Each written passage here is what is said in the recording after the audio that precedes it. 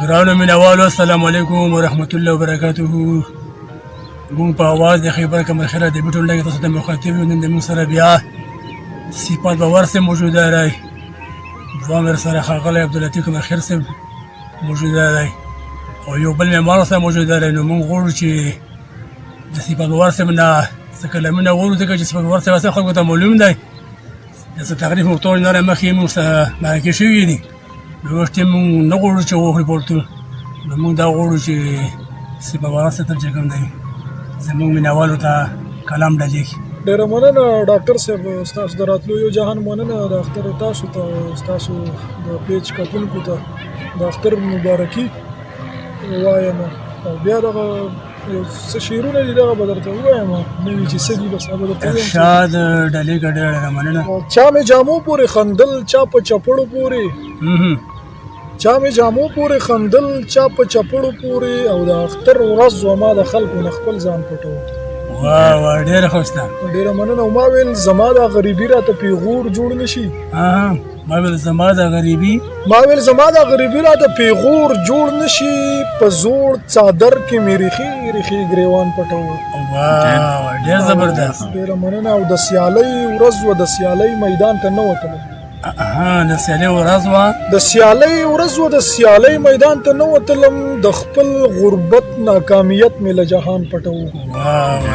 ډېره مننه.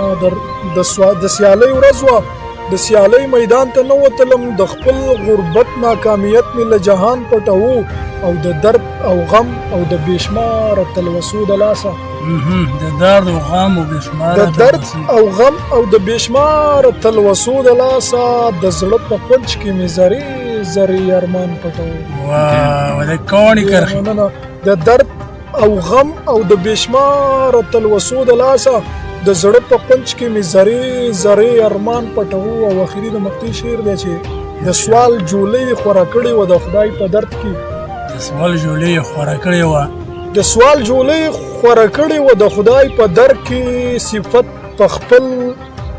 صفت باور په خپلو لپو کې اسمان پټو. د سوال جولۍ خوره کړې وه د خدای په در کې، صفت باور په خپلو لپو کې اسمان پټو. او دغه یو کلام غزل دی چې نه شرنګ شته نه ترنګ شته اختر دی، نه شرنګ شته نه ترنګ شته اختر دی، نه یار شته نه لونګ شته اختر دی. ډېر خوشحال. او نه ساس شته نه سور شته نه خمار، نه ساس شته نه سور شته نه خمار، نه شراب شته نه بنګ شته اختر دی. ډېر زبردست. او نه ور شته نه در شته نه دلبر، نه ور شته نه در شته نه دلبر، نه ناز شته نه څنګ شته اختر دی.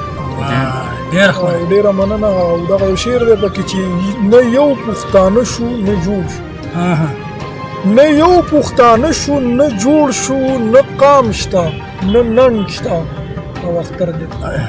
ډېر زبردست. ډېره مننه. نه ختم غربت دی نه ښیو، نه ختم غربت دی نه ښیو، نه کور شته نه پنډ شته او اختر دی.